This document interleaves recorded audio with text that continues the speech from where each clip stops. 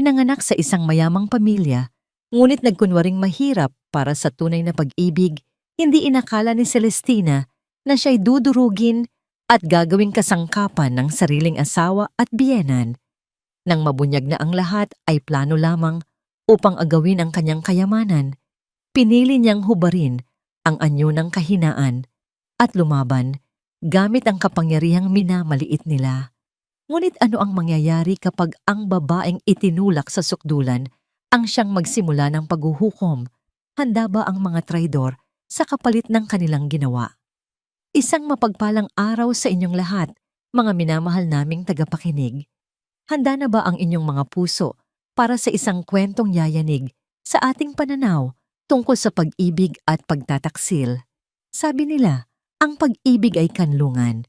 Isang ligtas na lugar kung saan ka maaaring maging totoo. Pero paano kung ang mismong kanlungan na pinangarap mo ay isa palang kulungang gawa sa mga kasinungalingan? Halina't pakinggan natin ang kwento ni Celestina at ang kanyang kunwaring paraiso. Amoy pa lang ng kumukulong sinigang na baboy ay sapat na sanang magbigay ng nangiti sa mga labi ni Tina. Ito ang paborito ni Ricardo, ang asim-kilig na sabaw, ang malambot na karne, ang mga sariwang gulay. Lahat ay inihanda niya ng may pagmamahal. Ito ang maliit niyang paraan para ipaalala sa sarili na may pag-asa pa, na ang init ng pagmamahal nila noon ay maaari pang bumalik. Ano yang niluluto mo? Bakit amoy mahirap na naman? Ang matinis na boses ni Imelda, ang kanyang biyenan, ay tila kutsilyong humiwa sa katahimikan ng kusina. Napahigpit ang hawak ni Tina sa sandok. Ngumiti siya ng pilit bago humarap. Sinigang po, Mama. Paborito po ni Ricardo. Lumapit si Imelda sa kaldero, ang mga matay mapanuri, ang mga labi nakaismid. Paborito? Baka nun, ngayong may posisyon na siya sa kumpanya, dapat ay masanay na siya sa mas mataas na antas ng pagkain, hindi sa ganitong pangkaraniwan. Hindi nakasagot si Tina. Bawat salita ay isang karayom na tumutusok sa kanyang puso. Kumuha ng mangkok si Imelda. Maingat na sumandok si Tina ng mainit na sabaw at inilahad ito sa biyenan. Tikman niyo po, Mama. Masarap po yan. Tinanggap ni Imelda ang mangkok, ngunit sa halip na tikman, tila aksidente itong nadulas sa kanyang mga kamay. Crash! Ang tunog ng nabasag na babasagin ay umalingaw-ngaw sa sahig, kasabay ng pagkalat ng mainit na sabaw at mga sahog. Napatili si Tina sa gulat, napaurong para hindi mapaso. Naku, ang clumsy mo naman, Tina. Sigaw ni Imelda, kahit malinaw na siya ang may kasalanan. Tingnan mo ang ginawa mo. Sayang ang sahog. Ang ganitong pagkain ay hindi nababagay sa pamamahay na ito at lalong hindi nababagay sa magiging apo ko. Nanginginig ang mga kamay ni Tina habang pinagmamasdan ang nagkalat na pinaghirapan niya sa sahig. Ang mga mata niya'y nagsimulang manlabo dahil sa namumuong luha, ngunit pinigilan niya ito. Hindi siya iiyak. Hindi sa harap niya. Pumasok si Ricardo sa kusina, naalarma sa ingay. Nakita niya ang basag na mangkok, ang nagkalat na sinigang, ang galit na mukha ng kanyang ina, at ang namumutlang mukha ng kanyang asawa. Anong nangyari dito? Tanong niya. Itanong mo sa asawa mong walang ginawang tama. Sagot ni Imelda bago ito nagmarcha palabas ng kusina. Naiwan silang dalawa. Tumingin si Tina kay Ricardo.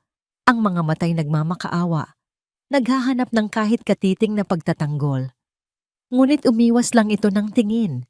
Dahan-dahan siyang nilapitan ni Ricardo. Hinawakan nito ang kanyang braso, pero hindi para ipagtanggol, para pakalmahin. Hayaan mo na, Tina. Bulong nito. Sapat lang para marinig nilang dalawa. Pagpasensyahan mo na si Mama. Para sa atin din naman to. Ang mga salitang iyon. Para sa atin din naman to. Iyon ang pinakamasakit sa lahat. Ang pakiusap na unawain ang isang bagay na hindi na niya kayang unawain. Ang pagpapaalala na sa laban na ito, nag-iisa lang siya. Tumango na lang si Tina. Walang lakas na sumagot. Naramdaman niyang may namatay sa loob niya sa mga sandaling iyon. Habang naglilinis siya ng sahig, bumalik sa kanyang alaala ang isang gabi. 2 taon na ang nakalipas. Umuulan noon. Pareho silang basang-basa sa ilalim ng isang waiting shed. Hinawakan ni Ricardo ang kanyang mga kamay. Ang mga mata nito'y kumikinang sa ilalim ng ilaw poste. "Celestina," sabi nito. Binabanggit ang buo niyang pangalan na bihirang gamitin ng iba. "Wala akong maipapangakong kayamanan sa'yo. Simple lang akong tao, pero ipinapangako ko, sa bawat paggising mo, mararamdaman mo na ikaw ang pinakamahalagang babae sa mundo. Pakasalan mo ako, Tina. Hayaan mong mahalin kita ng walang kapalit." Naniwala siya. Sa bawat salita, sa bawat pangako, ang pag-ibig na yon ang naging dahilan kung bakit niya tinalikuran ang lahat para sa isang simpleng buhay. Ang alaala ay naputol nang pumasok si Katrina, ang kapatid ni Ricardo na may bitbit na bagong-bagong designer bag. "Ate Tina, pahiram muna ng 5,000 ha? Ibabalik ko rin sa'yo. I-sale kasi yung sapatos na gusto ko," sabi nito nang walang anumang pag-aalinlangan na para bang obligasyon ni Tina na ibigay iyon. Kumuha si Tina ng pera sa kanyang pitaka. Ang perang iyon ay mula sa maliit na online business na sinubukan niyang itayo, ang tanging bagay na masasabi niyang sarili niya. "Salamat," sabi ni Katrina, sabay hablot ng pera. Tiningnan siya nito mula ulo hanggang paa. "Hey ate, mag-shopping ka naman minsan. That dress looks so last season. Hindi ka na nahiya kay kuya?" At tulad ng ina at kapatid nito, umalis si Katrina.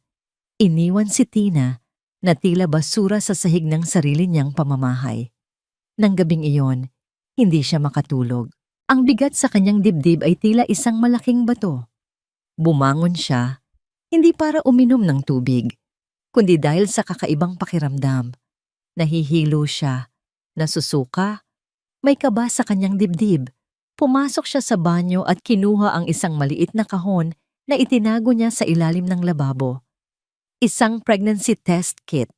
Nanginginig ang mga kamay niya habang sinusunod ang instructions.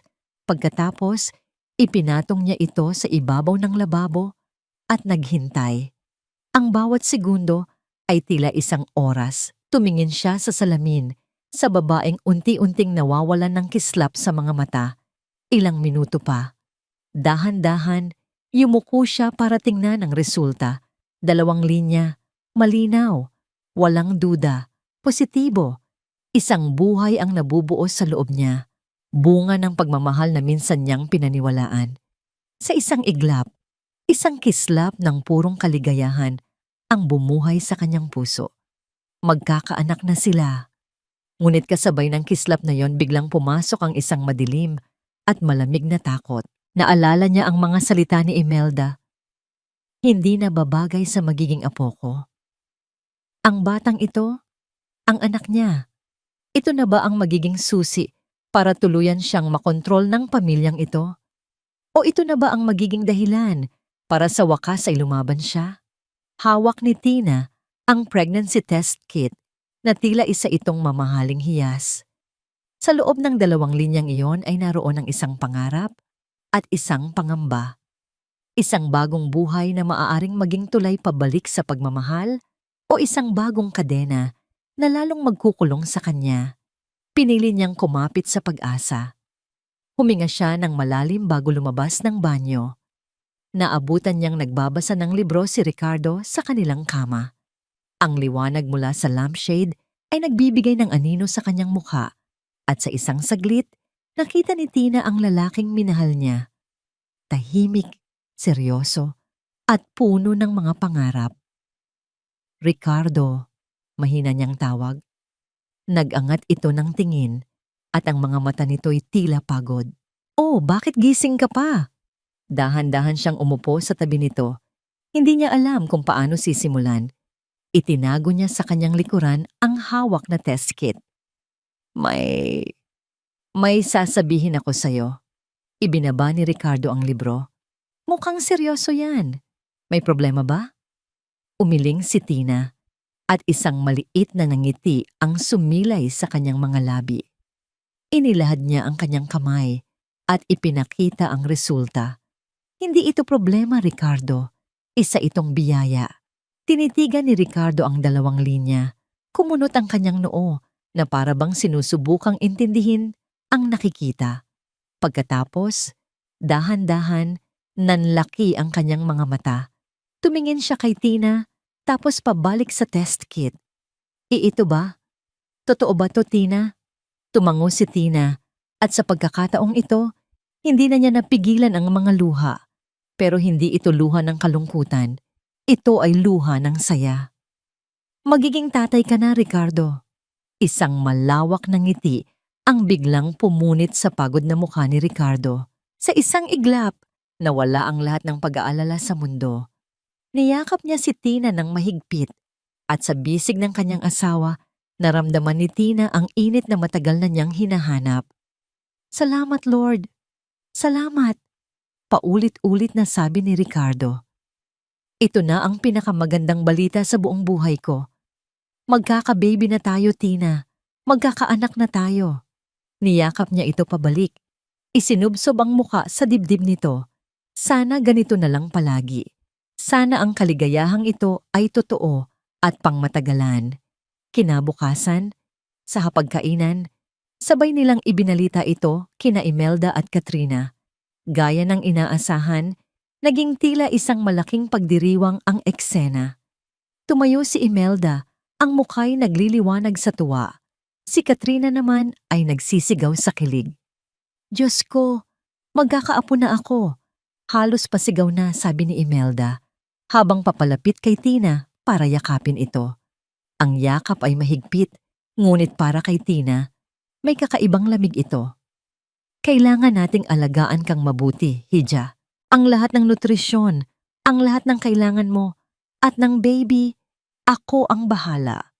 Pero ang ningning sa mga mata ni Imelda ay may ibang kahulugan para kay Tina. Hindi ito ningning ng purong kaligayahan ng isang lola. Ito ay ningning ng tagumpay. Ang hapunan ng gabing iyon ay inihanda bilang isang celebration. Nagluto si Imelda ng mga espesyal na pagkain. Ngunit habang kumakain, nagsimula ang unti-unting paghigpit ng hawla. Tina, Hija, simula ni Imelda habang nilalagyan ng pagkain ng plato niya. Ngayong buntis ka na, hindi mo na dapat iniisip ang mga problema, lalo na sa pera. Stress lang ang dulot niyan. Tumango si Tina. Opo, Mama. Kaya naisip ko, pagpapatuloy nito, para makasiguro tayo sa kinabukasan ng apo ko, bakit hindi mo muna ipahawak sa akin ang management ng mga bank accounts mo? Ako na ang magbabayad ng mga bills. Ako na ang bahala sa lahat. Para ang focus mo na lang ay ang pagiging malusog para sa baby. Nanlamig ang mga kamay ni Tina. Po? Pero kaya ko pa naman po, Mama. Alam ko, Hija. Pero ito ay hindi para sa'yo, kundi para sa bata. Malambing ngunit may diin na, sabi ni Imelda. Tumingin ito kay Ricardo. Hindi ba, anak? Mas mabuti ng sigurado. Tumingin si Ricardo kay Tina. Ang mga matay nakikiusap. Payag ka na, mahal. Tama si Mama. Para hindi ka na ma-stress para sa baby natin. Napapalibutan, walang kawala. Anong isasagot niya? Kung tatanggi siya, lalabas siyang masamang ina na ayaw sa ikabubuti ng sariling anak. Ngumiti siya ng pilit. Sige po, kayo po ang bahala. Very good, sabi ni Imelda. Sabay palakpak. That's my girl. Kinagabihan, habang nakahiga na sila, niyakap siya ni Ricardo mula sa likod. Tinina, bulong nito.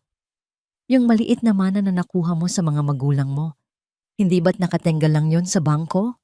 Kumirot ang puso ni Tina. Ang maliit na mana na yon, na sa katotohanan ay isang maliit na bahagi lamang ng kanyang trust fund na inilabas niya para sa kanyang pagpapanggap.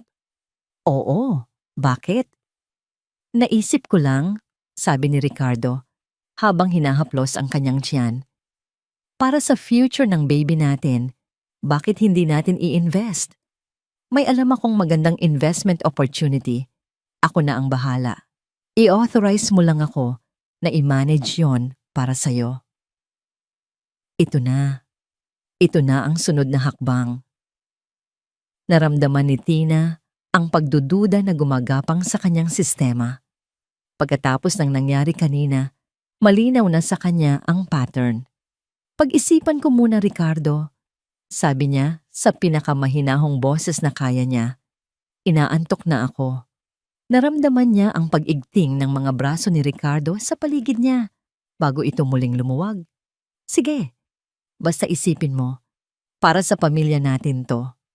Para sa pamilya. Ang mga salitang dati nagbibigay sa kanya ng init, ngayon ay nagdudulot na ng pangingilabot. Lumipas ang ilang araw. Isang hapon, habang nag-aayos si Tina ng mga libro sa part-time job niya sa isang maliit na library sa Quezon City, ang tanging lugar kung saan siya nakakahinga ng maluwag, narinig niyang may kausap sa telepono si Imelda sa labas. Nagtago siya sa likod ng isang estante, hindi dahil sa gusto niyang makinig, kundi dahil sa takot na mahuli siya nitong naroon. Ang boses ni Imelda ay hindi na malambing. Ito ay puno ng panik at galit. Sinabi ko nang maghintay ka. Malapit na. Huwag mo akong tinatakot. Bulong nito sa telepono. Bigyan mo pa ako ng ilang buwan. Oo, sigurado na ito. Kapag nakuha na namin ang kontrol sa lahat, babayaran kita ng doble. Nagkaroon ng pause. Wala kang pakialam kung paano ko gagawin. Basta siguraduhin mong mananahimik ka lang dyan. Pagkatapos ay ibinaba nito ang tawag. Nang lumingon si Imelda, nakita nito si Tina. Anong ginagawa mo rito? Gulat na tanong ni Imelda. Ang mukha'y biglang bumalik sa pagiging kalmado, ngunit ang mga matay nanlilisik pa rin. Mama, dito po ako nagtatrabaho. Nauutal na sagot ni Tina. Tinaasan siya ng kilay ni Imelda. Nagtatrabaho? Isang de Leon? Nagtatrabaho sa isang hamak na library? Nakakahiya. At buntis ka. Hindi mo dapat pinapagod ang sarili mo. Pero ma, gusto ko po ito. Nakakatulong po ito sa akin. Hindi! Putol ni Imelda sa kanya. Simula ngayon, titigil ka na rito. Umuwi ka na. Ang trabaho mo lang ay alagaan ang sarili mo. At ang apo ko, maliwanag? Walang nagawa si Tina kundi tumango.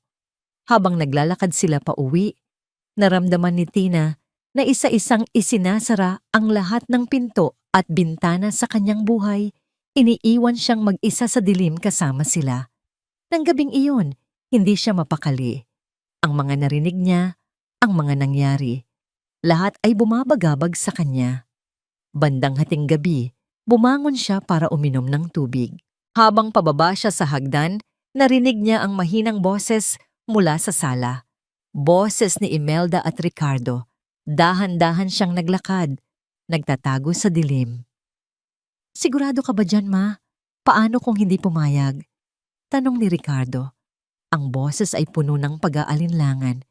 Narinig ni Tina ang pag-inom ni Imelda. Kailangang pumayag, Ricardo. Wala na tayong ibang pagpipilian. Lubog na tayo sa utang dahil sa palpak na transaksyon na yon. Isang maling galaw. Kulungan ang bagsak ko. Natahimik si Ricardo. Nagpatuloy si Imelda at ang boses nito ay naging kasing lamig ng yelo. Kaya kailangan nating kumilos ng tama. Kapag naipanganak na ang bata, wala nang silbi sa atin ang babaeng yan. Siguraduhin mong mapipirmahan niya ang mga papeles. Sa sandaling iyon, gumuho ang mundo ni Celestina. Ang bawat salita ay isang pako na ibinabaon sa kanyang kabaong. Ang pag-asa, ang katiting na pag-asa na kanyang pinanghahawakan ay biglang naging abo at naglaho sa hangin. Hindi siya ang mahal, hindi siya ang asawa.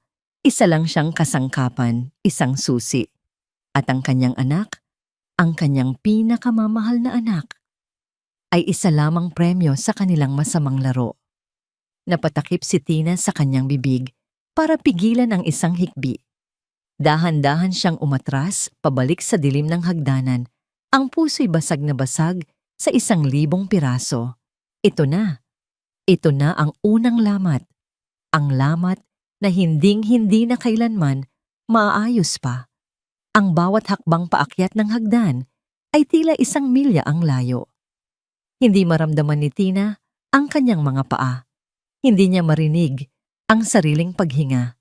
Ang tanging nararamdaman niya ay ang malamig na espasyo sa loob ng kanyang dibdib kung saan dati naroon ang kanyang puso. Kapag naipanganak na ang bata, wala nang silbi sa atin ang babaeng yan. Siguraduhin mong mapipirmahan niya ang mga papeles. Ang mga salita ni Imelda ay paulit-ulit na umuugong sa kanyang isipan. Isang malupit na echo na pumapatay sa bawat masasayang alaala na minsan niyang iningatan. Ang halik ni Ricardo, ang yakap nito, ang mga pangako. Lahat ay kasinungalingan. Lahat ay isang palabas. Dahan-dahan niyang isinara ang pinto ng kanilang kwarto. Ang tunog ng pag-click nito ay parang tunog ng pagsasara ng isang kabaong. Nakita niya si Ricardo na mahimbing na natutulog sa kama. Ang mukha'y payapa, walang bakas ng kasalanan. Ang lalaking pinagkatiwalaan niya ng kanyang buhay, ng kanyang kinabukasan, at ng batang dinadala niya.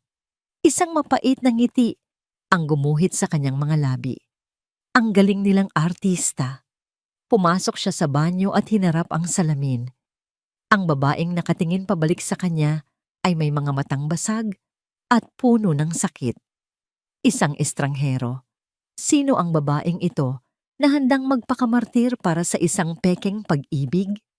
Sino ang babaeng ito na hinayaang tapak-tapakan ang kanyang pagkatao kapalit ng mga yakap na walang laman? Dumulas ang isang butil ng luha sa kanyang pisngi. Sinundan pa ng isa at isa pa hanggang sa naging isang tahimik na agos. Umiyak siya. Hindi para kay Ricardo, hindi para sa pamilyang De Leon.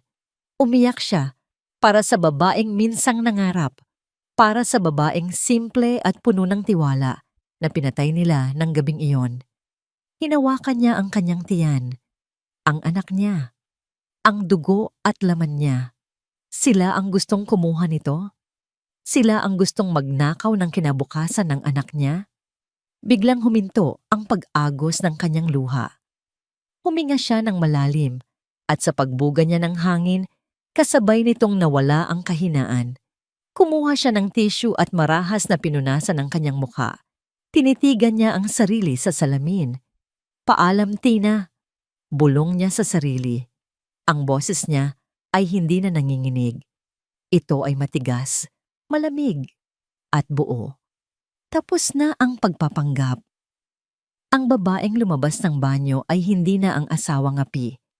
Siya ay si Celestina Sandoval at hindi siya nagpapatalo. Kinabukasan, nagising si Tina ng maaga para ipaghanda ng almusal ang pamilya. Sinigang na naman, pero ngayon, iba na ang timpla. Hindi na ito niluto na may pagmamahal. Niluto ito ng may katumpakan, isang gawain na kailangang tapusin. Nang bumaba si Imelda, nakasimangot ito gaya ng dati. Himala, maaga ka yata ngayon. Ngumiti si Tina. Isang nangiting abot sa mata, pero hindi umaabot sa puso. Gusto ko lang po kayong pagsilbihan, Mama. Naisip ko po ang sinabi ninyo kagabi. Tama po kayo. Kailangan kong mag-focus sa baby. Napahinto si Imelda.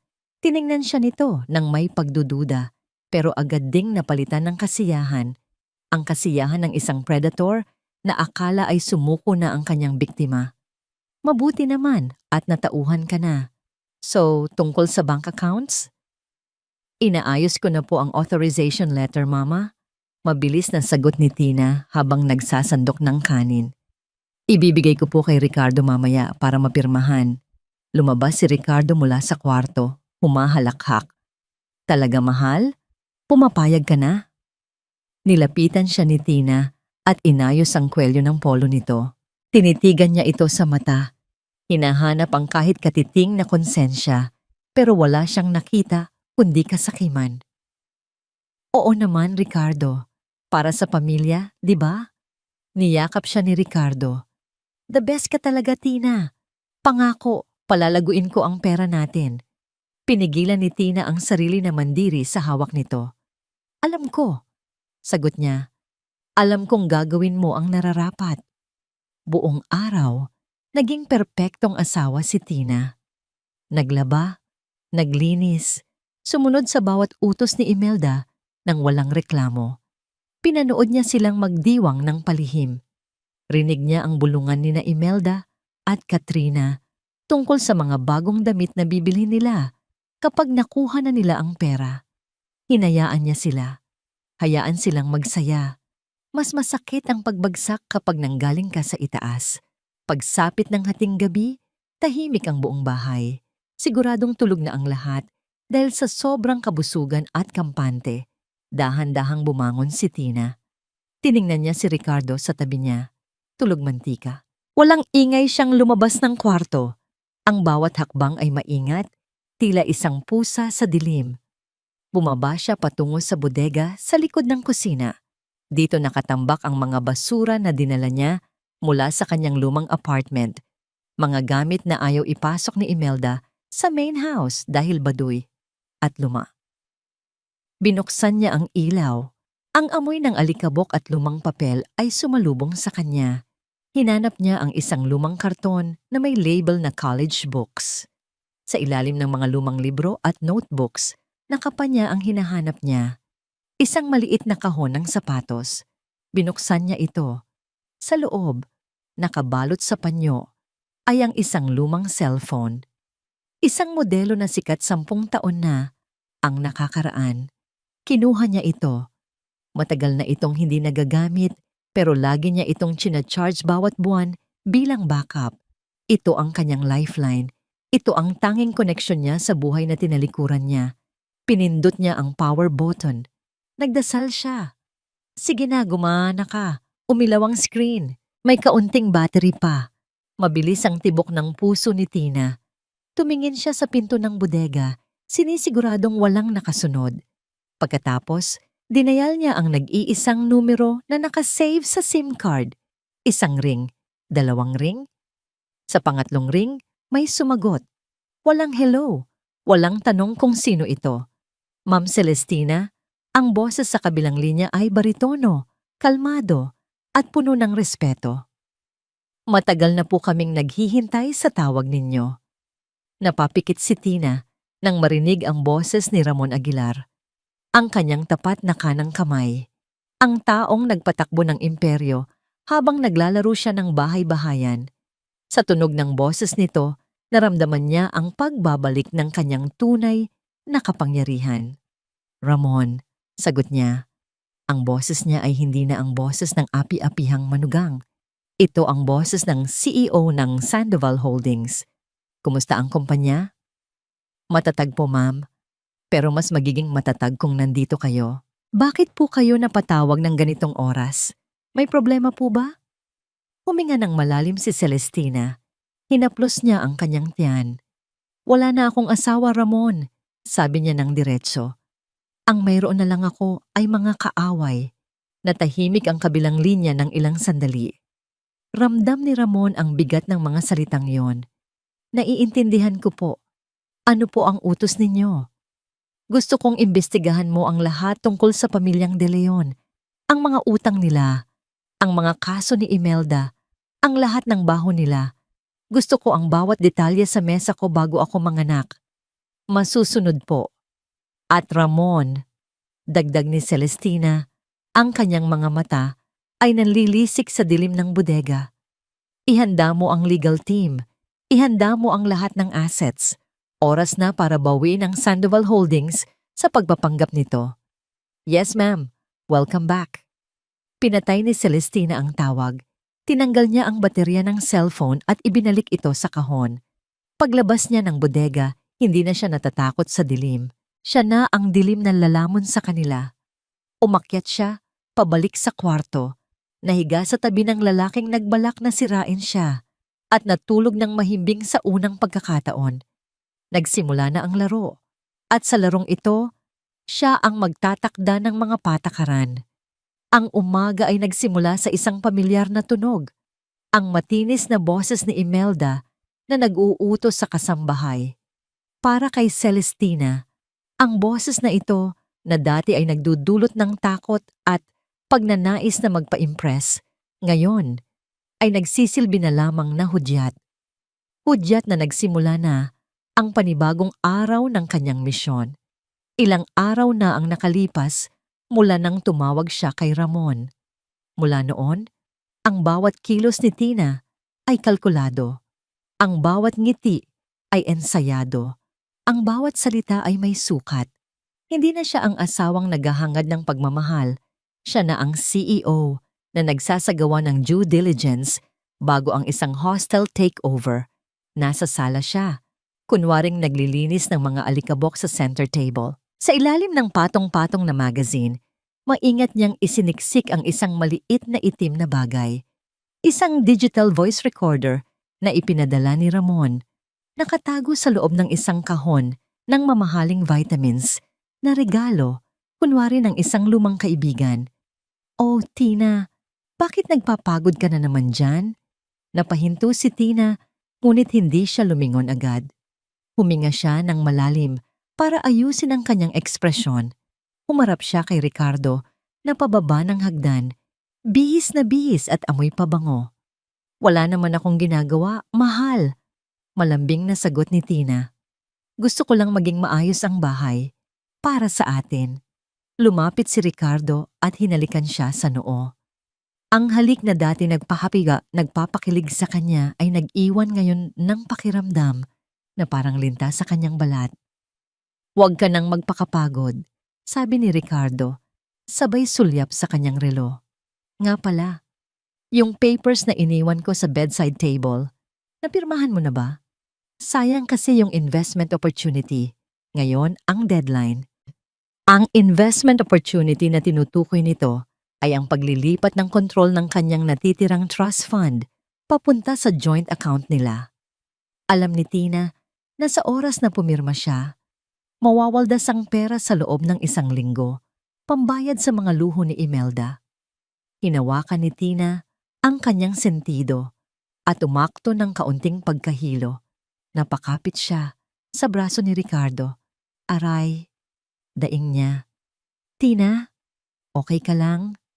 "Masakit lang ang ulo ko, Ricardo. Baka dahil sa pagbubuntis, nahihilo ako kapag nagbabasa ng madaming papeles ngayon."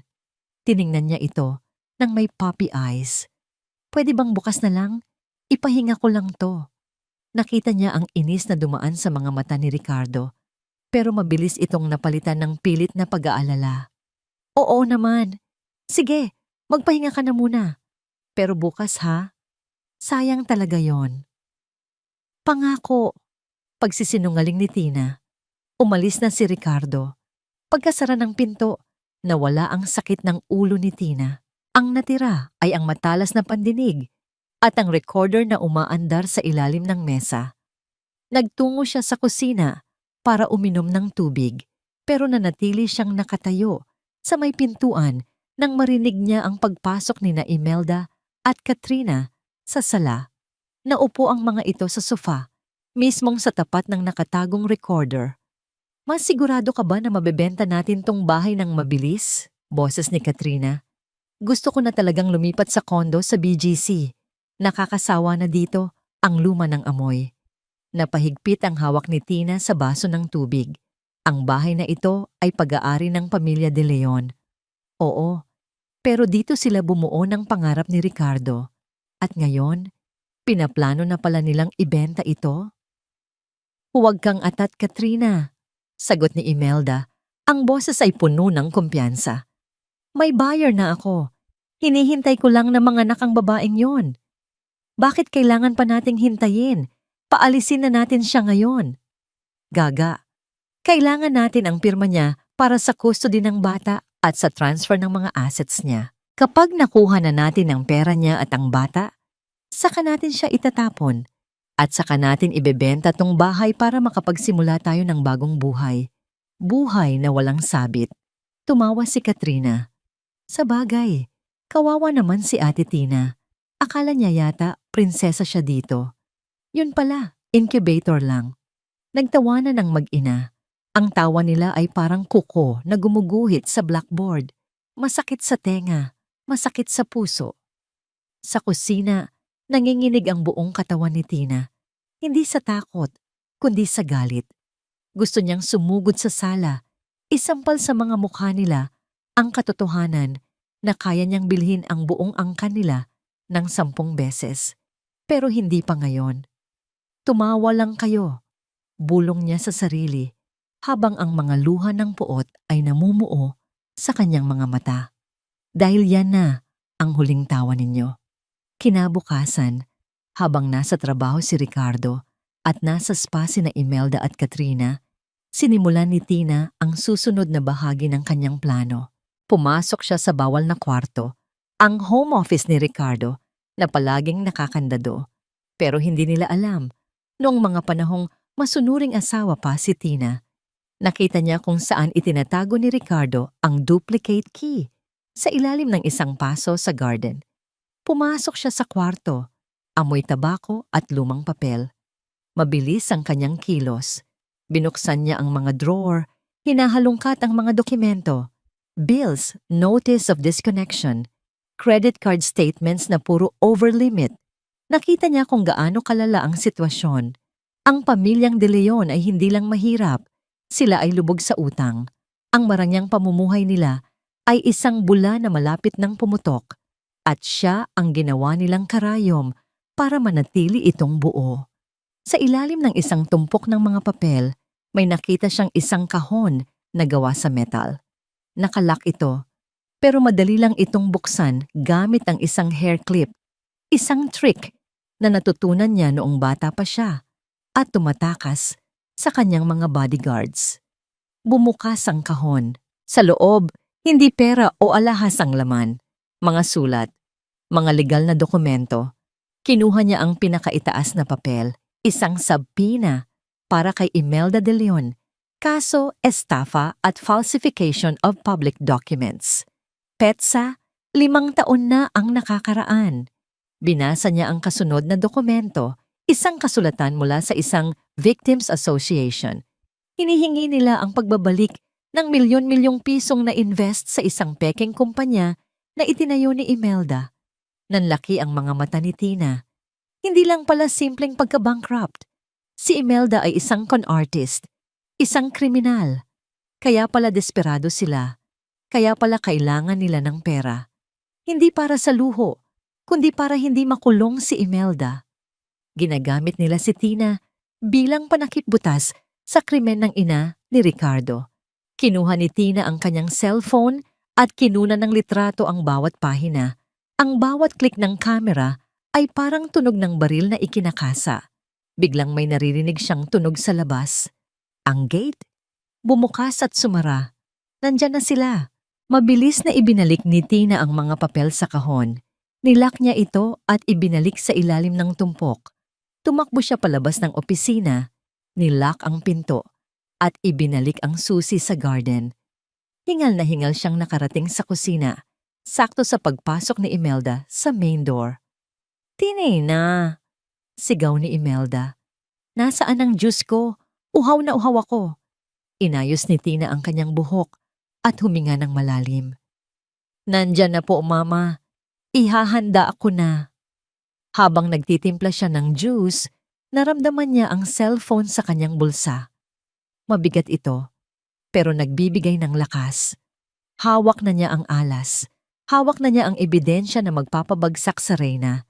Kinagabihan, habang naghahanda ng hapunan, napansin ni Tina na may kulang sa estante sa sala. Ang maliit na picture frame ng mga magulang niya, ang nag-iisang litrato na dinala niya sa bahay na yon, ay wala na. Kinabahan siya. Hinanap niya ito sa ilalim ng mga mesa, sa likod ng sofa. Wala. Dumating si Imelda, galing sa garden, nagpapagpag ng kamay. "Anong hinahanap mo?" Yung picture frame po ng parents ko, Mama. Nakalagay po dito kanina." Yung luma at gasgas na frame na yon? Walang gatol na sagot ni Imelda. Tinapon ko na. Sinunog ko kasama ng mga tuyong dahon sa likod. Nanigas si Tina. Ang dugo ay umakyat sa kanyang ulo. Papo, bakit niyo po ginawa yon? Iyon na lang po ang alaala ko sa kanila. Ang pangit tingnan, Tina. Asik ni Imelda. Sinisira no ng aesthetics ng sala ko. Kung gusto mong mag-display ng patay, dun sa sementeryo, huwag sa pamamahay ko. At isa pa, patay na sila. Hindi ka na nila matutulungan. Sa sandaling iyon, gustong sakalin ni Tina ang matanda. Gusto niyang sumigaw, magwala, at ipamukha dito na ang pangit na frame na yon ay naglalaman ng litrato ng mga taong nagmamay-ari ng kalahati ng Makati. Ang mga kamao niya ay nakakuyom sa gilid ng kanyang palda, nanginginig sa galit. Ang mga kuko niya ay bumaon sa kanyang palad hanggang sa halos dumugo ito, pero naalala niya ang recorder. Naalala niya ang mga litrato sa cellphone niya. Huminga siya ng malalim. Nilunok niya ang apoy na gustong lumabas sa kanyang lalamunan. Tumingin siya kay Imelda. Ang mga mata ni Tina ay hindi lumuluha. Wala nang luha. Ang naroon lang ay isang nakakatakot na kalmado. Sige po, Mama, sabi niya sa mahinang boses. Wala na po silang magagawa. Pero ako, meron. Dugtong niya sa kanyang isip. Tinalikuran niya si Imelda at naglakad pabalik sa kusina. Bawat hakbang ay may bigat ng isang pangako. Baka pagsisihan niyo yan. Bulong niya ng mahina. Sapat lang para marinig ng hangin. May sinasabi ka? Pahabol na tanong ni Imelda. Lumingon si Tina at ngumiti. Isang ngangiting hindi umabot sa kanyang mga mata. Sabi ko po, ipaghahanda ko na kayo ng hapunan. Baka gutom lang kayo. Nang gabing iyon, habang tulog na ang lahat, ipinadala ni Tina ang lahat ng files kay Ramon via encrypted message. Ilang minuto lang, tumunog ang phone niya. Isang mensahe mula kay Ramon. Na-received ko na, ma'am. Ito ang smoking gun na kailangan natin. Kumpirmado? May warrant of arrest si Imelda na pending dahil sa impluwensya ng mga koneksyon niya. Pero sa hawak natin ngayon at sa impluwensya ng Sandoval, walang makakapigil sa hustisya. Ihanda mo ang sarili mo, Celestina. Malapit na ang bagyo. Pinatay ni Tina ang screen ng cellphone. Hinaplos niya ang kanyang tiyan. Ang bata sa loob ay sumipa. Tila sumasang-ayon. Huwag kang mag-alala, anak. Bulong niya sa dilim. Lilinisin natin ang mundong ito bago ka lumabas. Walang matitirang basura. Sa labas ng bintana, nagsimulang kumulog. Ang hangin ay umihip ng malakas. Parating na ang bagyo at ang pangalan nito ay Celestina. Ang katahimikan sa bahay ng mga De Leon ay nakakabingi. Mula ng gabing pasukin ni Tina ang opisina at matuklasan ang mga dokumento, nagbago ang hangin sa paligid niya. Hindi na siya ang masunuring asawa na naghihintay ng utos. Siya ay naging tahimik, mailap at laging nakatingin sa malayo. Napansin ito ni Imelda. Ang matandang bruha, gaya ng tawag ni Tina sa isip niya, ay hindi tanga. Alam niyang may nagbago sa timpla ng laro. Ang manugang na dati madaling manipulahin ay tila nagkakaroon na ng sariling isip. At para sa isang predator na tulad ni Imelda, ang biktima na nagigising ay isang panganib. Isang hapon, habang nakaupo si Tina sa veranda at hinihimas ang kanyang tiyan, narinig niya ang pagparada ng kotse ni Ricardo. Maaga ito. Karaniwan, umuuwi siya ng hating gabi, lasing o galit. Pero ngayon, pagbaba niya ng sasakyan, may dala siyang nangiti at isang supot mula sa isang sikat na ice cream parlor. Mahal, bati ni Ricardo habang papalapit. Ang boses nito ay malambing, gaya noong ligawan days pa lang nila. Napadaan ako sa mall kanina. Nakita ko to. Naalala kita. Iniabot niya ang supot. Sa loob, isang galon ng Mango Bravo ice cream, ang paborito ni Tina. Ang comfort food niya noong mga panahong Nag-aaral pa siya at stressed sa exams. Tinitigan ni Tina ang ice cream.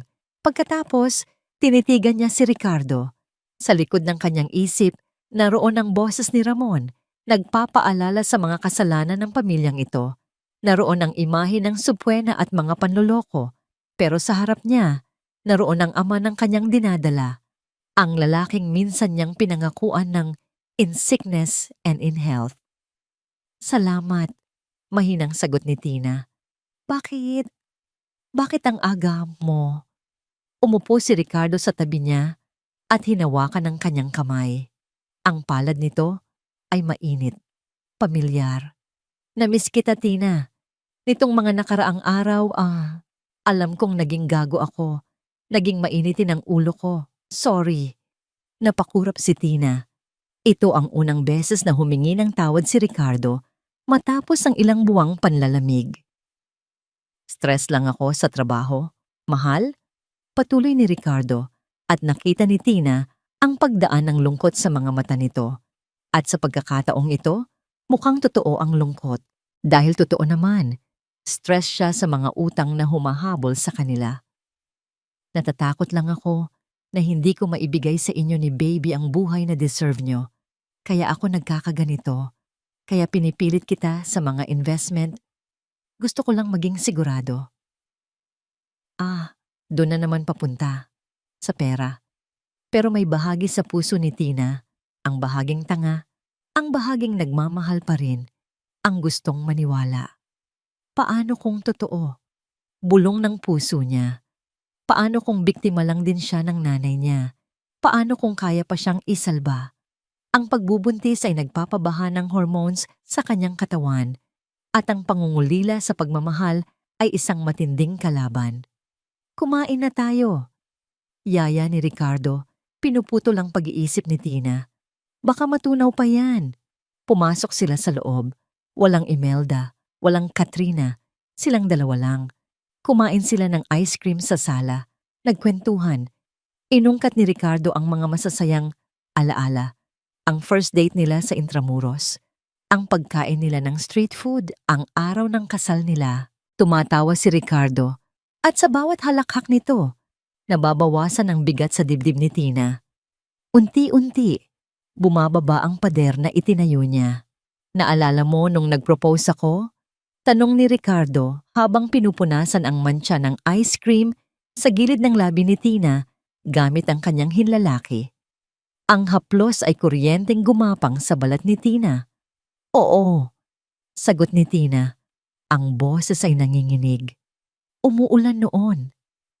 Sabi ko sa'yo, ikaw lang ang babaeng mamahalin ko. Bulong ni Ricardo. Tinitigan siya nito sa mata. At totoo pa rin yon, Tina. Maniwala ka. Ginagawa ko ang lahat para sa atin. Niyakap siya nito. Ang amoy ng pabango ni Ricardo, ang init ng katawan nito. Ito ang tahanan na hinahanap-hanap ni Tina. Pumikit siya. Hinayaan niyang tumulo ang luha sa kanyang pisngi. Sana totoo na lang, dasal niya. Sana mali ang mga hinala ko. Sana mali ang mga ebidensya. Sa gabing iyon, tila bumalik sila sa dati. Nanood sila ng pelikula sa sofa. Nakasandal ang ulo ni Tina sa balikat ni Ricardo habang ang kamay ng asawa ay nakapatong sa kanyang tiyan. Hinihimas ang kanilang anak. Ang likot niya, natutuwang sabi ni Ricardo nang sumipa ang bata. Excited na siyang lumabas, sagot ni Tina. Excited na rin akong makita siya. At excited na akong magsimula tayo ulit, yung walang gulo, yung masaya lang. Sa sandaling iyon, muntik nang sabihin ni Tina ang totoo. Muntik na niyang sabihin, Ricardo, mayaman ako. Hindi natin kailangan ng investment schemes ng nanay mo. Kaya kong bayaran lahat ng utang niyo. Basta piliin mo lang ako. Ako lang, wag sila. Nasa dulo na ng dila niya ang katotohanan. Gusto niyang isalba ang asawa niya mula sa impluwensya ni Imelda. Gusto niyang bigyan ito ng pagkakataong maging mabuting ama. Pero bago pa siya makapagsalita, humikab si Ricardo. Pagod na ako, mahal, sabi nito. Dito na lang muna ako matutulog sa tabi mo. Hindi nagtagal, narinig na ni Tina ang mabibigat na paghinga ni Ricardo. Nakatulog na ito. Nanatiling gising si Tina. Nakatingin siya sa kisame, nalilito. Ang puso niya ay parang pendulum na umiindayog sa pagitan ng pag-asa at katotohanan. Posible bang mahal niya talaga ako? Posible bang napilitan lang siya dahil sa nanay niya? Kung mahal siya nito, handa siyang patawarin ito. Handa niyang gamitin ang kapangyarihan ng Sandoval Holdings para linisin ang pangalan nito basta mangako itong magbabago. Isang malambot na tunog ang bumasag sa katahimikan. Bzzz.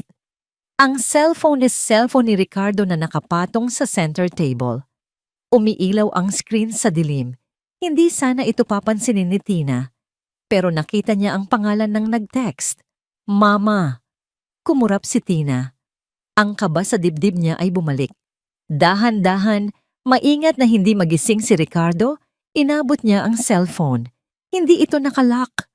Bakit nga naman ilalak ni Ricardo? Ang alam niya ay tanga at masunuring asawa si Tina na hindi nangingialam ng gamit. Binuksan niya ang mensahe. Ang liwanag ng screen ay tila isang flash ng kidlat na nagbigay linaw sa madilim na gabi ng kanyang puso. Ang text ni Imelda. Kamusta na? Bumibigay na ba ang gaga? Siguraduhin mong mapapapirma mo siya bukas at huwag kang masyadong didikit sa kanya, baka mahawa ka ng amoy lupa. Tandaan mo, kapag nakuha na natin ang pera, goodbye na sa kanya at sa anak niyang pabigat. At sa ibaba may reply na nakadraft si Ricardo bago ito nakatulog pero hindi na send. Nakalagay sa draft, "Oo ma, malambot na. Konting bola na lang, pipirma na to. Tiis-tiis lang ako sa drama niya. Excited na ako sa hatian natin." Binitawan ni Tina ang cellphone na parang napaso siya. Ang lamig. Biglang naging napakalamig ng buong sala. Ang kaninang init ng yakap, ang tamis ng ice cream, ang mga pangako ng bagong simula. Lahat ay naging abo. Tumingin siya sa natutulog na si Ricardo. Ang mukha nito ay payapa pa rin. Walang konsensya, walang pagmamahal. Ang lahat ng nangyari ngayong gabi, ang date, ang lambing, ang paghihimas sa tiyan ay scripted. Parte lang ng plano. Konting bola na lang. Ang luha na tumulo sa mata ni Tina ay hindi na luha ng lungkot. Ito ay luha ng pamamaalam. Sa gabing ito, namatay na ng tuluyan si Celestina ang asawa. Wala nang natirang pag-asa, wala nang baka sakali. Ang natira na lang ay ang katotohanan. Siya ay isang target, ang anak niya ay isang commodity, at ang asawa niya ay isang kaaway. Dahan-dahan, pinunasan ni Tina ang kanyang mukha. Kinuha niya ang cellphone niya at kinunan ng litrato ang text message at ang draft reply. Dagdag ebidensya. Ibinalik niya ang phone ni Ricardo sa mesa, sa eksaktong pwesto nito. Humiga siya ulit sa tabi ng lalaking iyon ngayon. Tinitigan niya ang likod nito. Gusto mo ng hatian, Ricardo? Isip ni Tina. Ang kanyang isip ay kasing talim ng labaha. Ibibigay ko sa iyo ang hatian na nararapat sa iyo. Hahatiin ko ang buhay mo hanggang sa walang matira, kundi pagsisisi. Pumikit siya, hindi para matulog, kundi para maghanda. Bukas, magsisimula ang huling yugto ng kanyang pagbabalat kayo. At sa pagkakataong ito, siya na ang magiging pinakamagaling na aktres sa dulang ito. Ang araw ng paghuhukom ay dumating ng mas mabilis kaysa sa inaasahan ni Tina. Maaga pa lang, abala na ang buong kabahayan. Nagbihis si Imelda ng kanyang pinakamagandang terno. Suot ang mga alahas na alam ni Tina ay peke naman. Si Ricardo ay hindi mapakali. Palakad-lakad sa sala habang inaayos ang kanyang kurbata. Para silang mga buwitreng naghahanda sa isang piyesta at si Tina ang main course. "Tina!" tawag ni Imelda mula sa sala. "Bumaba ka na dyan. Paparating na si Atty. Cruz. Huwag mong paghintayin ang bisita." Huminga ng malalim si Celestina. Tiningnan niya ang sarili sa salamin. Wala siyang make-up. Nakasuot siya ng isang simpleng duster na nagmumukha siyang kawawa at walang laban. Ito ang gusto nilang makita. Ang babaeng sumuko na. Opo, mama, sagot niya. Ang boses ay sadyang pinalambot at pinahina. Pagbaba niya, sakto namang pagtunog ng doorbell. Nagkatinginan sina Imelda at Ricardo. Nakita ni Tina ang kislap ng kasakiman sa mga mata nila. Bumukas ang pinto at pumasok ang isang lalaking nasa mid-40s. Medyo kalbo, may malaking tiyan, at ang suot na barong ay parang medyo masikip sa kanya.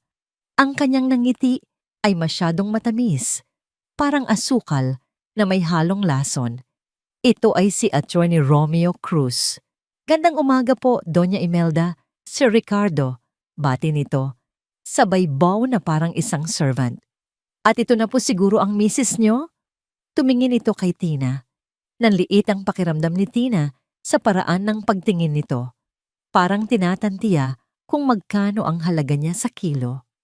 Oo, attorney, sagot ni Imelda, sabay hatak kay Tina paupo sa sofa. Siya si Tina, medyo masela ng pagbubuntis kaya gusto naming madaliin ang mga papeles para sa peace of mind niya. Naturally. Tumango-tango si Attorney Cruz habang binubuksan ang kanyang leather briefcase. Ang estate planning ay napaka-importante para sa mga new parents. Inilatag niya ang mga dokumento sa center table. Makapal na tumpok ng papel. Puno ng legal jargon na sadyang ginawang komplikado para hindi maintindihan ng karaniwang tao. Mrs. De Leon, simula ni Attorney Cruz, nakatingin kay Tina. Ang mga dokumentong ito ay standard procedure lamang. Ito ay isang special power of attorney na nagbibigay karapatan sa iyong asawa at biyenan na pamahalaan ang iyong mga assets habang ikaw ay incapacitated o busy sa panganganak. At ito naman, turo niya sa isa pang papel, ay waiver of rights sa ilang properties para mailipat sa pangalan ng magiging anak niyo for tax purposes. Tax purposes, incapacitated. Gustong matawa ni Tina. Napakagaling nilang magbalot ng basura sa magandang regalo. Ang mga papel na ito ay literal na maghuhubad sa kanya ng lahat ng karapatan sa sarili niyang pera. Ganon po ba? Tanong ni Tina. Nagkukunwaring tanga. Pero, bakit po ang daming pipirmahan? Hindi po ba pwedeng sa bangko na lang? Sumingit agad si Ricardo. Hinawakan ang balikat ni Tina ng mahigpit. Mahal, sinabi ko naman sa'yo, di ba? Para hindi ka na mapagod. Si attorney na ang nag-ayos ng lahat para isahan na lang. Trust us, Hija. Dagdag ni Imelda. Ang nangiti ay parang patalim. We only want what's best for you. Kinuha ni Attorney Cruz ang kanyang mamahaling fountain pen at inabot kay Tina. Pirma lang po dito, ma'am, sa bawat page na may alibay na may X mark. Nanginginig ang kamay na inabot ni Tina ang ballpen. Ito na ang sandali na hinihintay nila. Nakita niya ang pagpipigil ng hininga ni Imelda, ang pagtutok ng mata ni Ricardo sa dulo ng ballpen. Dahan-dahan niyang inilapit ang pen sa papel. Pero bago lumapat ang tinta, biglang nabitawan ni Tina ang baso ng tubig na nasa tabi niya. Splash!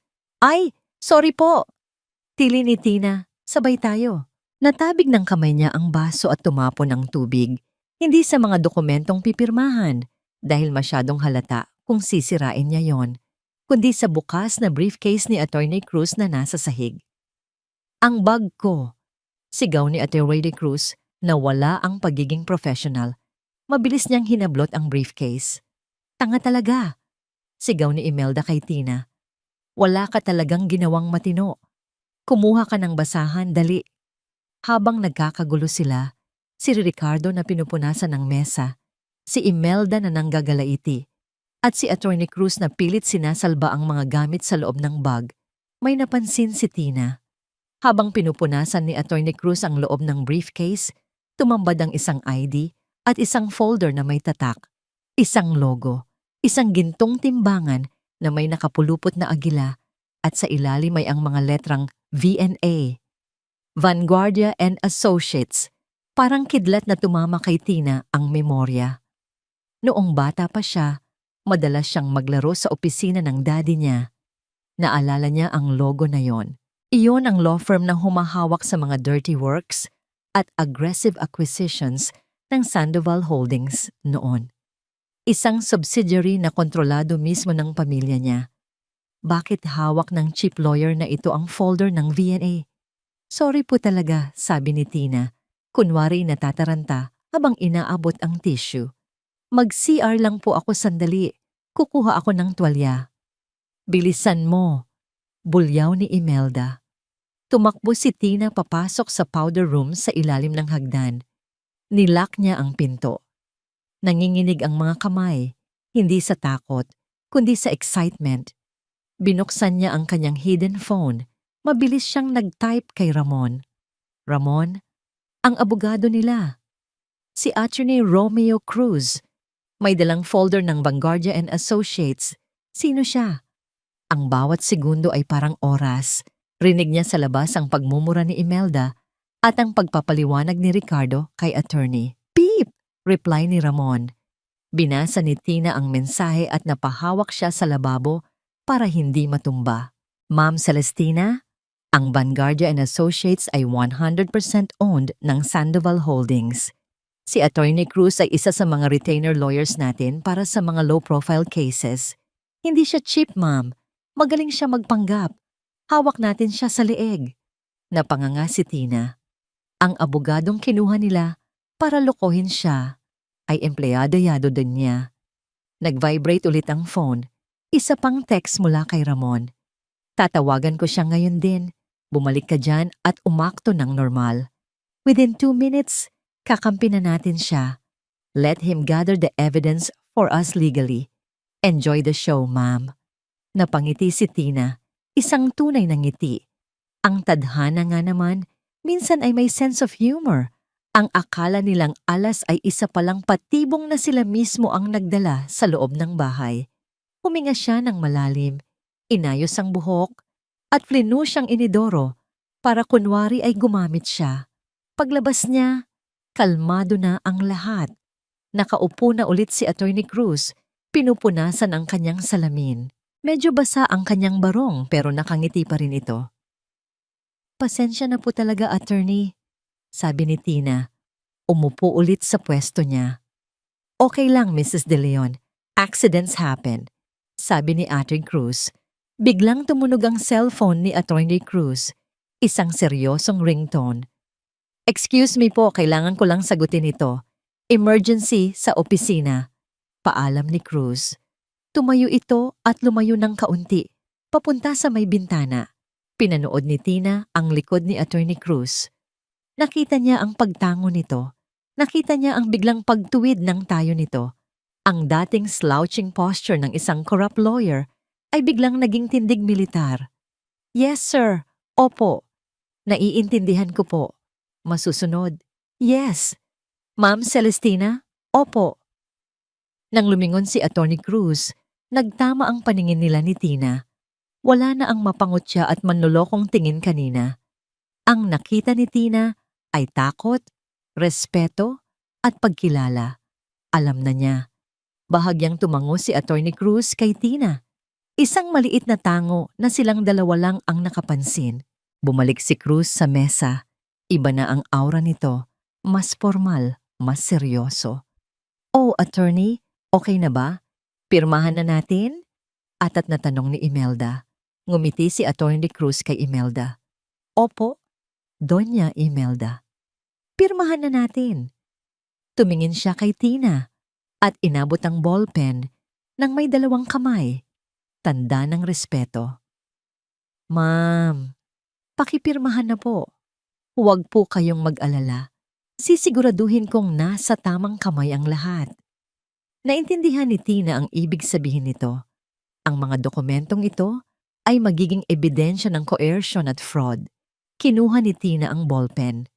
Tumingin siya kay Ricardo, tapos kay Imelda.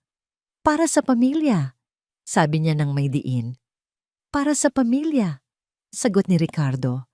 Nakangiti dahil akala niya nanalo na siya. Pumirma si Tina, Celestina Sandoval de Leon. Sa bawat pirma, naramdaman niya ang pagkahulog ng pamilyang De Leon sa sarili nilang bitag. Hindi nila alam, ang abogadong ito ang magiging testigo na magpapadurog sa kanila sa korte. Nang matapos ang pirmahan, nagkamayan sila. "Congratulations," sabi ni Attorney Cruz kay Ricardo. "Hawak niyo na ang kinabukasan." "Salamat, Attorney," sagot ni Ricardo. Halos maiyak sa tuwa. Nang paalis na si Attorney Cruz, lumingon ito muli kay Tina bago sumakay ng kotse. Sumaludo ito ng palihim. Isinara ni Tina ang pinto. Narinig niya ang sigawan ng tuwa ni na Imelda at Katrina sa sala. Nagbubukas na sila ng champagne. "Yes, mayaman na tayo," tili ni Katrina. Napailing na lang si Tina. Umakyat siya sa hagdan, pabalik sa kanyang kwarto. Ngayon, hawak na niya ang ebidensya, hawak na niya ang abogado. At higit sa lahat, alam na niya kung gaano katanga ang mga kalaban niya. Hinaplos niya ang kanyang tiyan. "Malapit na, anak," bulong niya. Malapit nang matapos ang palabas. Sa ibaba, nagdiriwang ang mga daga. Hindi nila alam na ang pusa ay nakangisi sa dilim, handang-handa ng manunggab. Ang tunog ng mga kubyertos na tumatama sa porselanang plato ay tila musika sa pandinig ni na Imelda, Ricardo, at Katrina. Para kay Celestina, ito ay tunog ng huling hapunan ng mga bilanggong hindi pa nakakaalam sa kanilang sentensya. Nasa hapagkainan sila, pinagsasaluhan ng isang mamahaling steak na ipinabili ni Imelda gamit ang credit card na nakapangalan kay Tina. Ang credit card na pansamantalang hiniram nito kahapon para sa emergency groceries daw, pero ang inuwi ay mga imported na karne at alak. Tahimik na kumakain si Tina sa dulo ng mesa. Ang plato niya ay hindi steak, pritong isda at gulay lang ang laman nito. Masyadong mataba ang steak para sa buntis, ang katwiran ni Imelda kanina. "Masama sa baby, maggulay ka na lang." Pero hindi na yun ininda ni Tina. Sa isip niya, "Sige lang, magpakabusog kayo. Kailangan nyo ng lakas para sa pagbagsak nyo." "So ma," panimula ni Katrina habang hinihiwa ang karne, ang mga matay nagniningning sa excitement. "Tuloy na ba tayo sa Europe next month? Nakita ko na yung itinerary na sinend ng travel agency. Ang ganda ng hotel sa Paris." Tumawa si Imelda, isang tawang puno ng yabang. Sumimsim ito ng wine. "Oo naman, anak. Ngayong naayos na ni Ricardo at ni attorney ang mga assets, wala na tayong dapat ipag-alala. Deserve natin ang bakasyon matapos ang lahat ng stress natin." Tumingin si Imelda kay Tina nang may mapangutyang ngiti. "Di ba, Tina? Masaya ka naman para sa amin, hindi ba? Tutal, para din naman ito sa future ng pamilya." Dahan-dahang nag-angat ng tingin si Tina. Nilunok niya ang kapirasong isda bago sumagot. Ang mukha niya ay walang bahid ng galit, tanging ang sanay na pagpapakumbaba. "Opo, Mama," sagot niya ng mahinahon. "Masaya po ako na makakapagpahinga na kayo. Dahil sa kulungan, mahabang-mahaba ang pahinga ninyo." Dugtong niya sa kanyang isip. "Ikaw, Ricardo?" Baling ni Katrina sa kapatid. "Sasamahan mo ba ako mag-shopping sa Milan? Kailangan ko ng bagong winter coat, yung Gucci o kaya Prada." Ngumunguyang tumango si Ricardo. "Oo ba? Basta ba huwag mong uubusin lahat ng budget natin. May tinitingnan din akong sports car pagbalik natin." Nagtawanan sila. Pinag-uusapan nila ang pera ni Tina na parang napanalunan nila sa loto. Hindi man lang nila naisip na ang babaeng nagmamay-ari ng perang yon ay nasa harap nila, kumakain ng tira-tira, at malapit ng manganak sa anak na magiging tagapagmana ng lahat. Pagkatapos ng hapunan, naiwan si Tina para magligpit ng pinagkainan. Hindi na siya nagreklamo. Hinugasan niya ang bawat plato ng maingat. Habang tumutulo ang tubig sa gripo, naramdaman niya ang kakaibang bigat sa kanyang puson. Huminto siya sandali at humawak sa gilid ng lababo. Huminga siya ng malalim. "Huwag muna ngayon, anak." Bulong niya sa kanyang tiyan. Tapusin lang ni Mama ang trabaho. Nang matapos siya sa kusina, umakyat siya sa kwarto. Naabutan niya si Ricardo na nag-aayos ng gamit sa cabinet. May inilabas itong isang plastic bag mula sa isang murang department store. "Oh," sabi ni Ricardo, sabay hagis ng plastic bag sa kama, sa paanan ni Tina. "Ano to?" tanong ni Tina.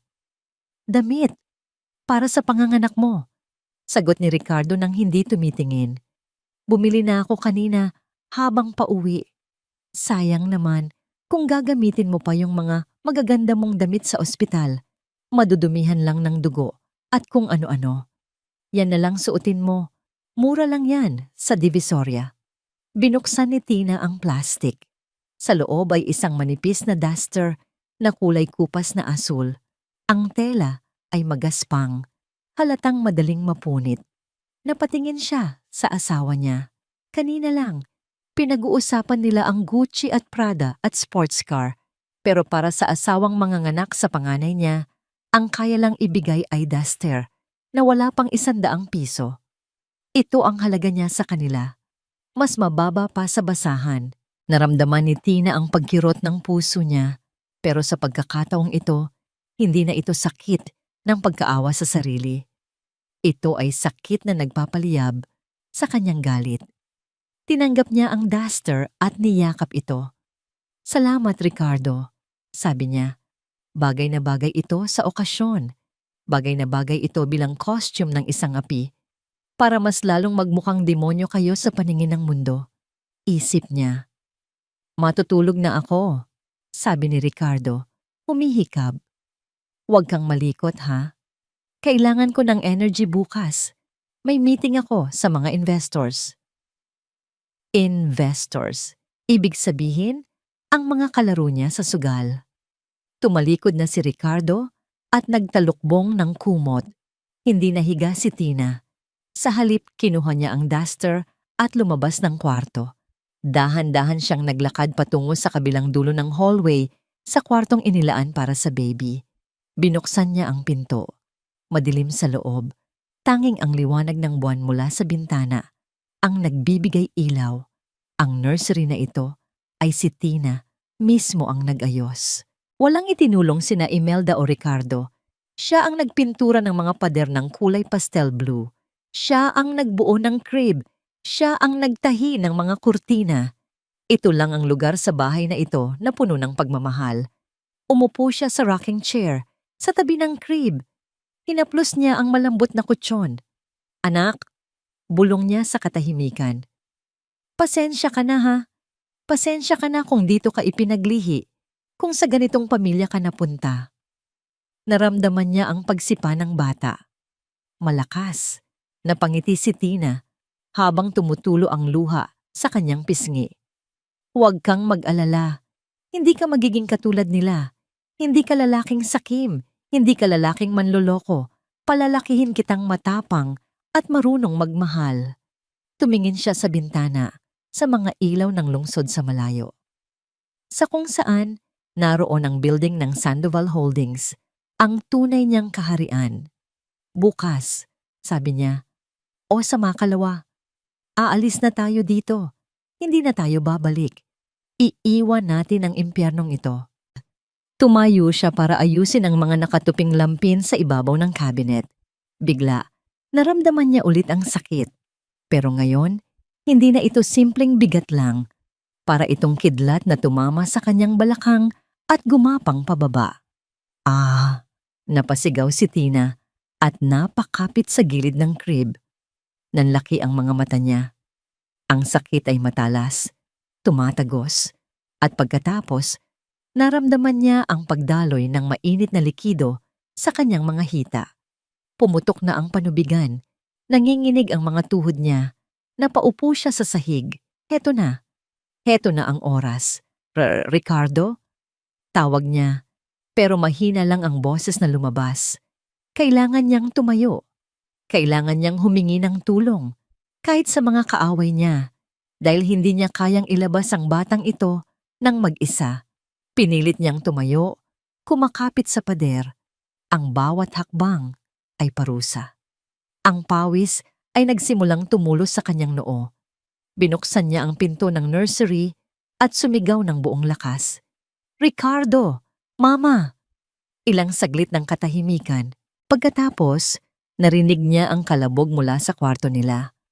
Bumukas ang pinto at lumabas si Ricardo. Gulo-gulo ang buhok, mukhang inis na inis. "Ano ba yon, Tina? Ang ingay-ingay mo. Natutulog ang tao eh." Bulyaw nito mula sa hallway. Tumingala si Tina. Nakasandal sa pader, hawak ang kanyang tiyan. Ang mukha niya ay namimilipit sa sakit, pero ang mga mata niya ay nakapako kay Ricardo. "Manganganak na ako," sabi niya. Ang boses ay humahagulgol, pero may halong diin. "Dalhin mo na ako sa ospital. Ngayon na." Lumabas din si Imelda mula sa kwarto nito. Nakarobe. "Diyos ko, ngayon pa talaga? 2:00 ng madaling araw?" Reklamo nito. "Napakaabala mo talagang babae ka." "Bilisan niyo na!" Sigaw ni Tina. Isang sigaw na nagpatigil sa reklamo ng mag-ina. Sa unang pagkakataon, narinig nila ang tunay na boses ni Celestina. Hindi boses ng katulong, kundi boses ng isang inang lumalaban. Nagkatinginan sina Ricardo at Imelda. Nakita ni Tina ang pagpapalitan nila ng tingin. Hindi pag-aalala ang naroon, kundi calculation. "Ito na," sabi ng mga mata nila. Ilalabas na ang ginto. Tumakbo si Ricardo palapit para alalayan siya, pero tinabig ni Tina ang kamay nito. "Kaya ko," sabi ni Tina, habang pilit na naglalakad pababa ng hagdan. "Ihanda mo na lang ang sasakyan."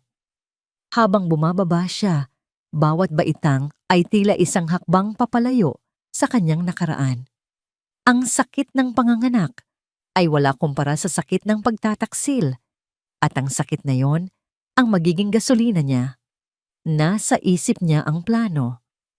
Ang abogado, si Ramon, ang mga ebidensya. "Magkita-kita tayo sa ospital," isip ni Tina habang isinasakay siya sa kotse. "Doon natin tatapusin ang lahat." Ang gabi ng pagpapanggap ay tapos na. Ang madaling araw ng paghuhukom ay nagsimula na.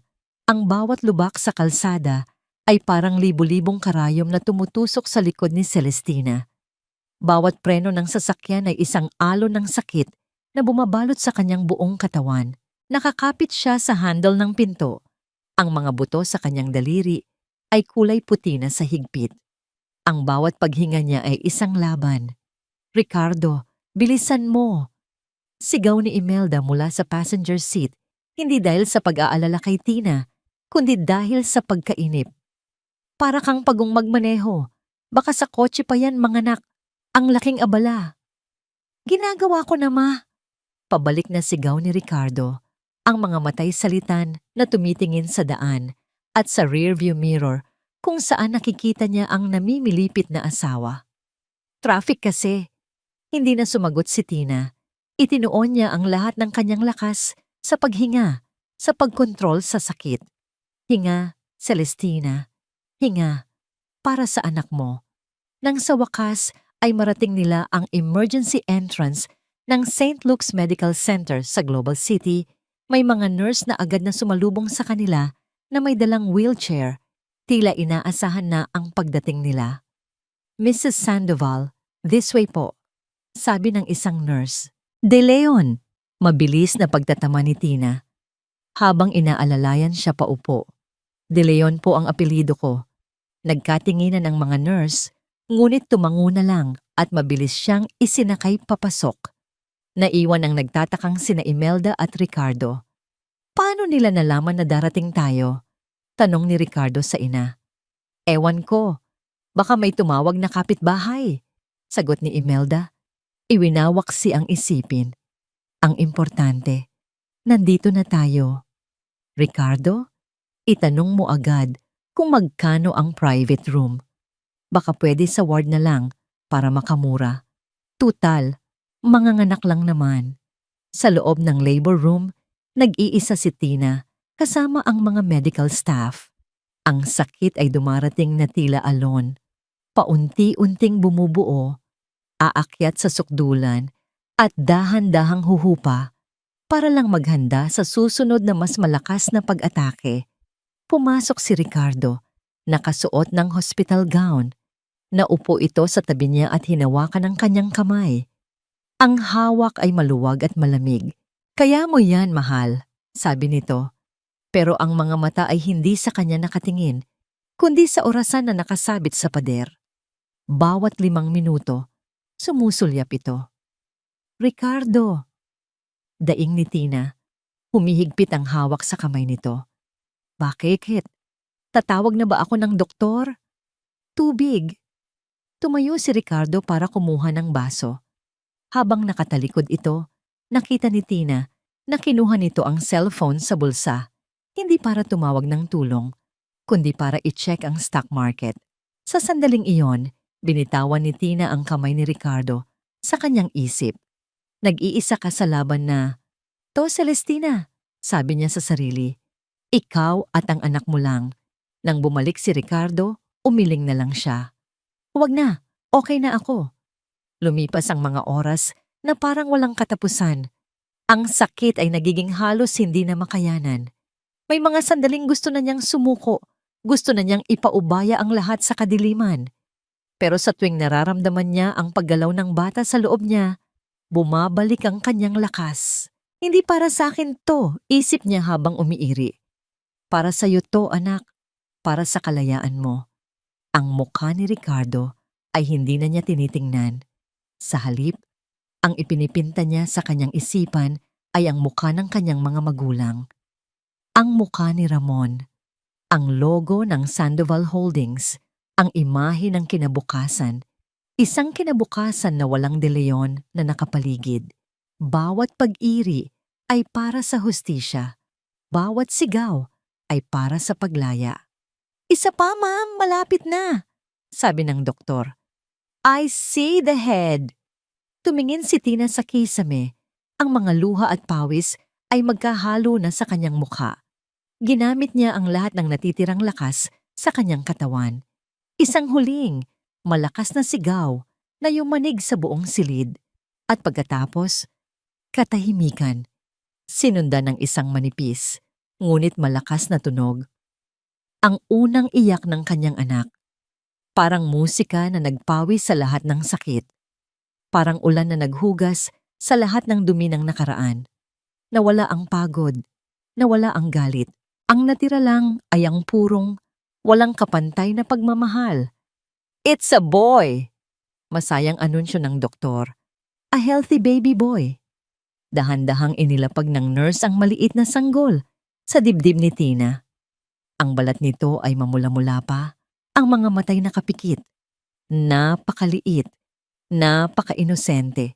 Niyakap niya ito. Umiyak si Tina, pero sa pagkakataong ito ay luha ng tagumpay. "Hello, my love," bulong niya sa anak.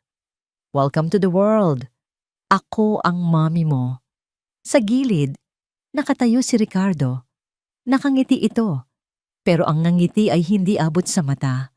Ang tinitingnan nito ay hindi ang bata. Ang tinitingnan nito ay ang premyo.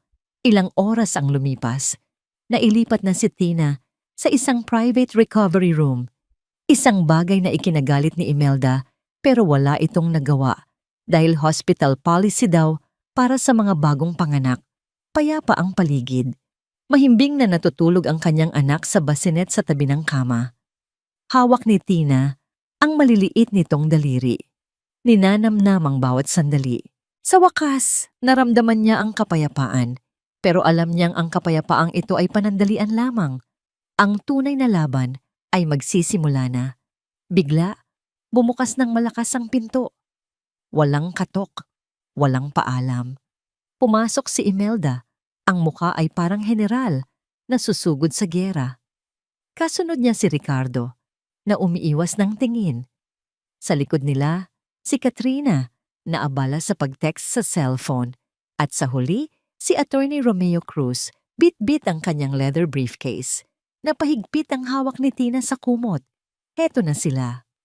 "Aba, gising ka pa pala," bungad ni Imelda. Ang boses ay walang anumang lambing. Tiningnan nito ang bata sa bassinet na parang isang bagay na binili sa mall. Maganda ang lahi, mukhang magiging gwapo. Hindi sumagot si Tina. Hinintay niya ang susunod na sasabihin. Lumapit si Imelda sa paanan ng kama. Ang mga mata nito ay malamig at walang emosyon. Tumingin ito kay Tina na parang dumi. Tapos na ang pagpapanggap, Tina. Nagampanan mo na ang parte mo. Nanganak ka na, sabi ni Imelda. Ang bawat salita ay mabagal at may diin. Lumapit si Attorney Cruz at inilatag ang mga dokumento sa ibabaw ng bedside table. Ang mga papel na pipirmahan ni Tina kanina. At may bago pang idinagdag. Divorce papers. Oras na para mag-usap. Pagpapatuloy ni Imelda, isang masamang ngiti ang sumilay sa kanyang mga labi. Tumingin ito kay Tina, sa bata, at pabalik kay Tina. Ito na ang katapusan mo. Ang hangin sa loob ng kwarto ay tila yelo. Malamig, mabigat, at nakakasakal. Ang bawat salita ni Imelda ay parang patalim na lumilipad sa ere, naghahanap ng target. Ngunit si Celestina, na nakahiga sa kama, ay hindi na susugatan. Siya ay parang salamin na sumasalamin lamang sa kapangitan ng mga nasa harap niya. Ano, Tina? Nabibingi ka na ba? Pag-uulit ni Imelda na iniinip. Sabi ko, tapos na ang maliligayang araw mo. Nakita mo ang mga papel na yan? Divorce petition at isang kasulatan na nagsasabing isinusuko mo ang lahat ng karapatan mo sa bata. Pipirmahan mo yan ngayon. Hindi gumalaw si Tina. Tinitigan niya lang si Imelda, ang mga matay malalim at hindi mabasa. Nagpatuloy si Imelda sa kanyang litanya ng pang-aalipusta. Huwag kang mag-alala. Aalagaan namin ng mabuti ang apo ko. Palalakihin namin siyang isang tunay na De Leon. Isang dugong marangal. Hindi katulad ng ina niya na isang hamak na palamunin na walang ginawa, kundi umasa sa pera ng asawa niya. Mama, tama na yan. Mahinang saway ni Ricardo, pero halatang walang bigat. Bakit, Ricardo? Nagsasabi lang ako ng totoo. Bulyaw ni Imelda, bumaling sa anak. Ang babaeng yan, hindi siya karapat-dapat sa apelyido natin. Hindi siya karapat-dapat maging ina ng anak mo. Pasalamat pa nga siya at pinatira natin siya sa bahay, pinakain at binigyan ng disenteng buhay. Ang bawat salita ay isang kasinungalingan, isang kabalintunaan. At si Celestina, na nagmamay-ari ng kalahati ng mga building na natatanaw mula sa bintana ng ospital, ay pinakinggan lang ang lahat. Tumingin si Tina kay Ricardo, ang lalaking minahal niya, ang ama ng kanyang anak, ang pinakamalaking pagkakamali ng buhay niya. Ricardo, sabi ni Tina, ang boses ay mahina dahil sa panganganak, ngunit ang bawat pantig ay malinaw. Asawa mo ako, ama ka ng anak ko, hahayaan mo ba to?